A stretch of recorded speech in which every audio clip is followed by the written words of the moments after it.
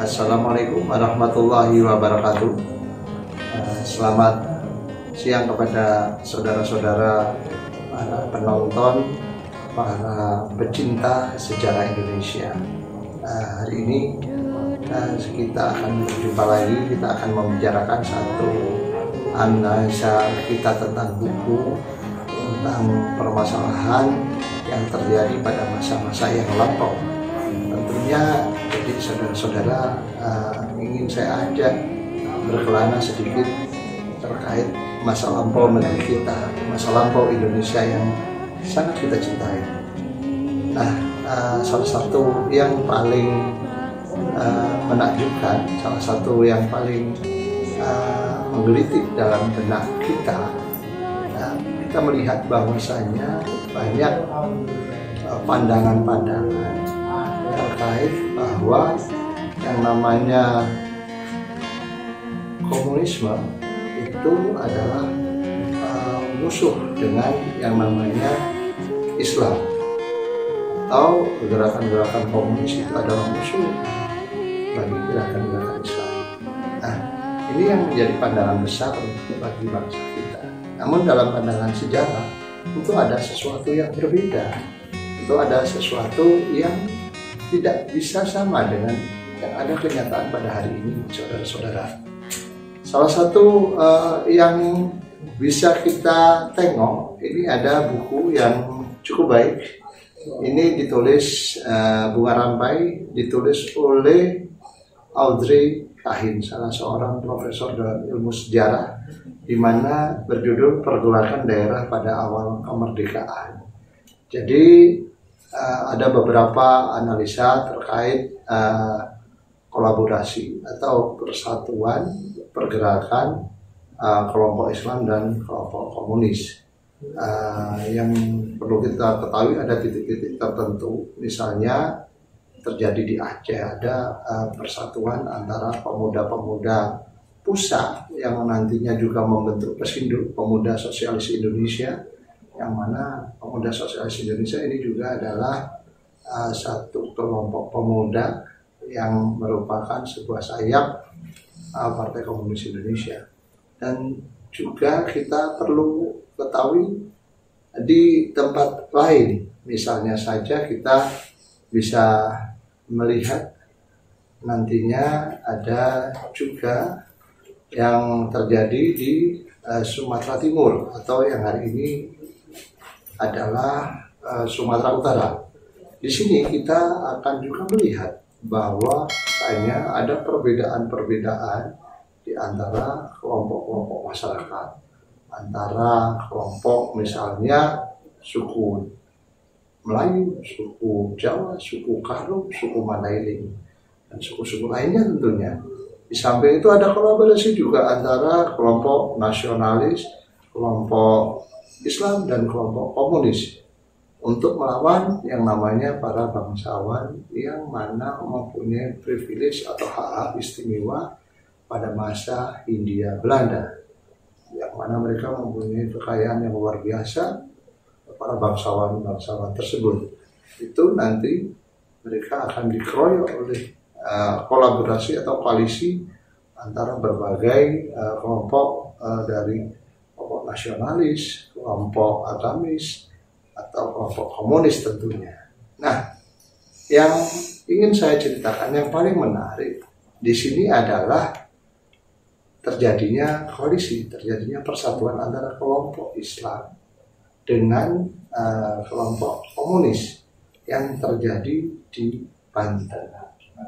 Apa yang menjadi menarik bagi kita bersama? Tentunya saudara-saudara, orang sekarang berpikir Banten itu kan tempatnya Islam yang sangat fanatik. Gak mungkin dong antara Islam dengan komunis bersatu. Wah, itu bisa jadi bohong besar antara komunis dengan Islam bersatu di sana. Tapi sejarah mencatat data-data yang cukup berbeda. Karena Banten mencatat bahwa Banten itu terjadi beberapa kali pemberontakan sejak zaman Hindia Belanda atau penjajahan Belanda. Nah, catatan besar bagi sejarah Banten yang perlu kita ketahui adalah yang namanya mereka pasti menitik beratkan pada 3 hal. Satu itu regionalisme. Jadi di Banten itu yang namanya kedaerahan itu sangat dihormati, sangat dibanggakan. Ketika orang Banten mengatakan dia adalah putra Banten, itu ini sangat membanggakan bagi mereka. Dan juga yang kedua adanya yang bersifat keagamaan. Jadi keagamaan di sini itu sifatnya fanatik terhadap, dalam ini tentu agama Islam tentunya, untuk melawan nantinya orang-orang Belanda yang dianggap kafir. Dan yang ketiga tentu saja adalah orang-orang Banten ini orang-orang yang terkenal sangat radikal, sangat pemberani. Nah, ini bercampur baur dalam satu kepentingan. Nah, kita lihat bahasanya Kesultanan Banten adalah kesultanan Islam yang luar biasa. Kemudian dibubarkan oleh pemerintah Hindia Belanda. Dan Banten sendiri kemudian juga menderita kemiskinan yang luar biasa akibat daripada sistem penjajah Belanda pada abad ke-19. Akhirnya orang-orang Banten jatuh miskin, dari yang dulu sangat kaya menjadi orang-orang yang jatuh miskin. Oleh karena itu orang-orang Banten yang mana para bangsawannya yang sudah tidak mampu kemudian melarikan diri dalam menghadapi Belanda, dan benteng terakhir pertahanan bagi orang-orang Banten adalah di petani-petani. Nah, petani-petani Banten ini petani-petani yang luar biasa, yang tidak takut akan mati. Jadi perlu diketahui, petani-petani Banten ini tidak takut sama mati, tapi takutnya sama lapar saja mereka. Ini satu catatan yang luar biasa bagi kita semua. Jadi petani-petani kecil abad 19, mereka menentang maut, tapi mereka tidak berani menentang lapar. Catatan yang perlu kita ketahui dapat kita simak dalam tahun 1888, di mana terjadi pemberontakan petani di Anyer dan sekitarnya.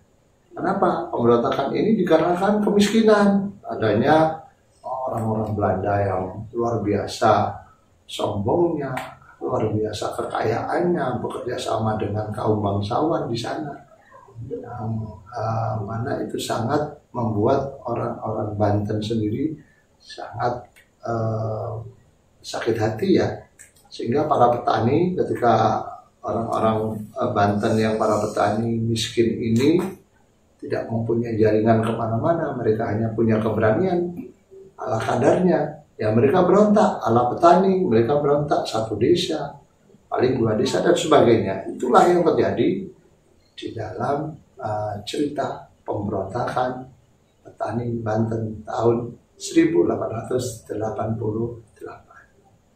Nah, cerita-cerita tentang kekejaman Belanda, tentang penindasan Belanda ini terus dirawat oleh putra-putra Banten yang luar biasa tentunya.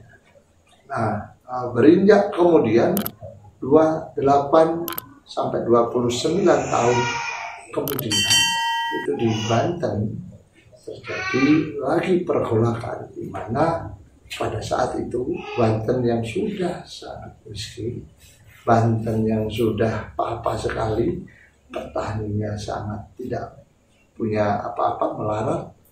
Nah, yang kedua adanya kekayaan para pamerih praja atau para orang-orang bangsawan, kalau sekarang pegawai negeri lah, dulu amtenar.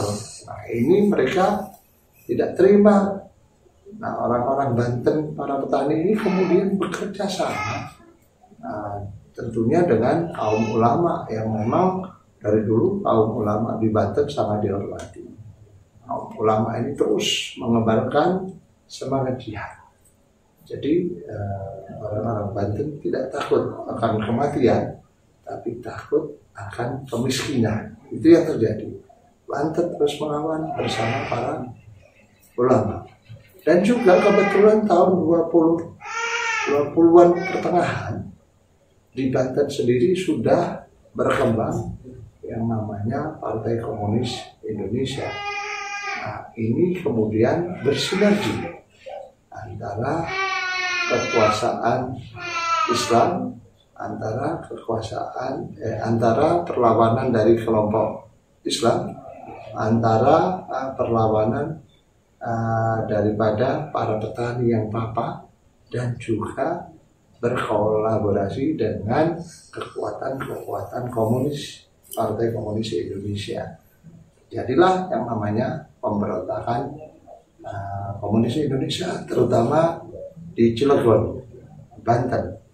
Dan akibat daripada pemberontakan itu yang kemudian gagal, para pemimpin Partai Komunis Indonesia yang banyak juga para ulama diasingkan ke Boven Digul yang ada sekarang di bumi Papua, bumi Irian Jaya.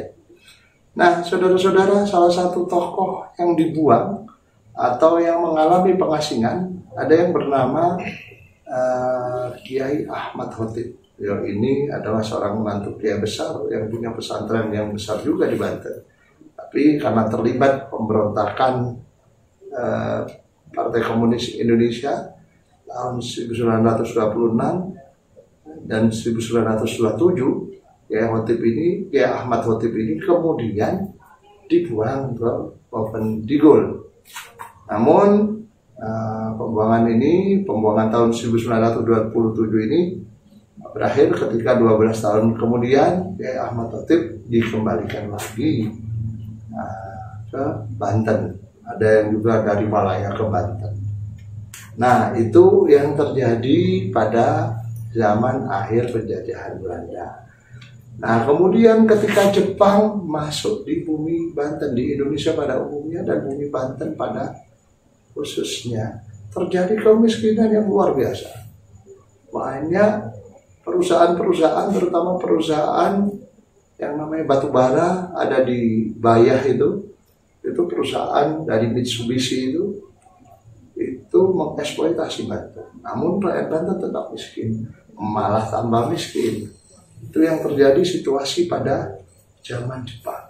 Jadi saudara-saudara bisa diketahui di zaman Jepang Banten yang sudah parah, yang sudah jatuh miskin semakin miskin. Dan ini menimbulkan satu sifat radikalisme yang memang sudah ada dalam benak putra-putra Banten.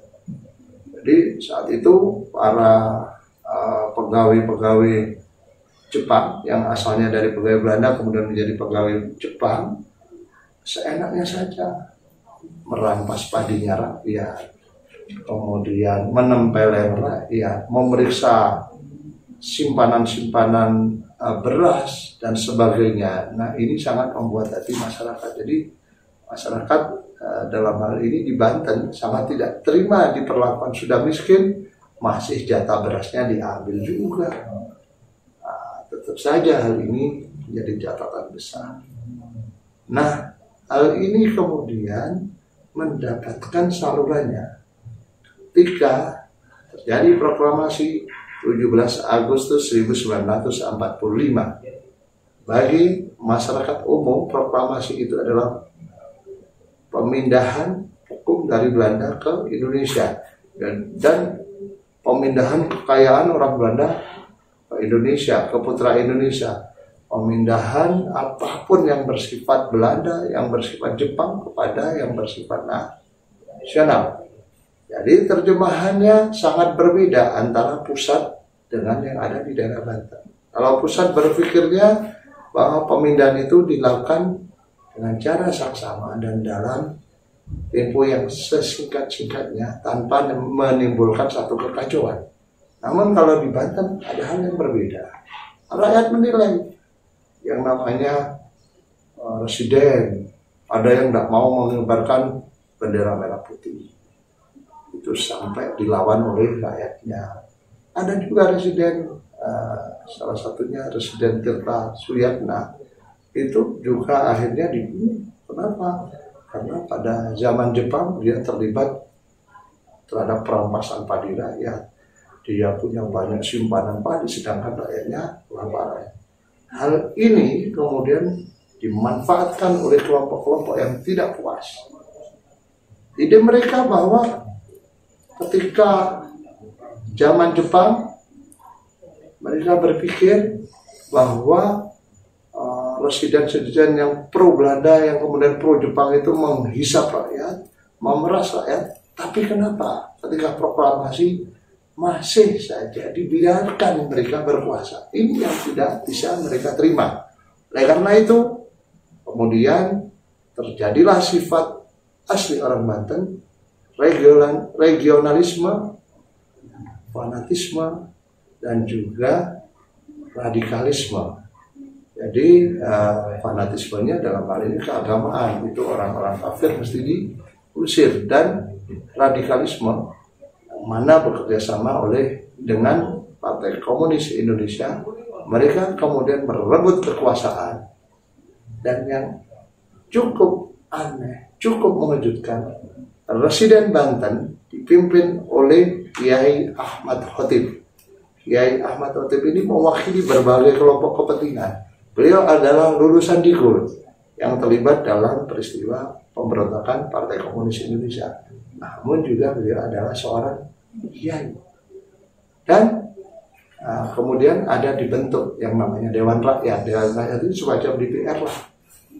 Saat itu semacam Komite Nasional Indonesia yang ada di Banten. Tapi Dewan Rakyat ini terlepas dari pemerintahan pusat, dipimpin oleh Cek Mamat, seorang tokoh Partai Komunis Indonesia.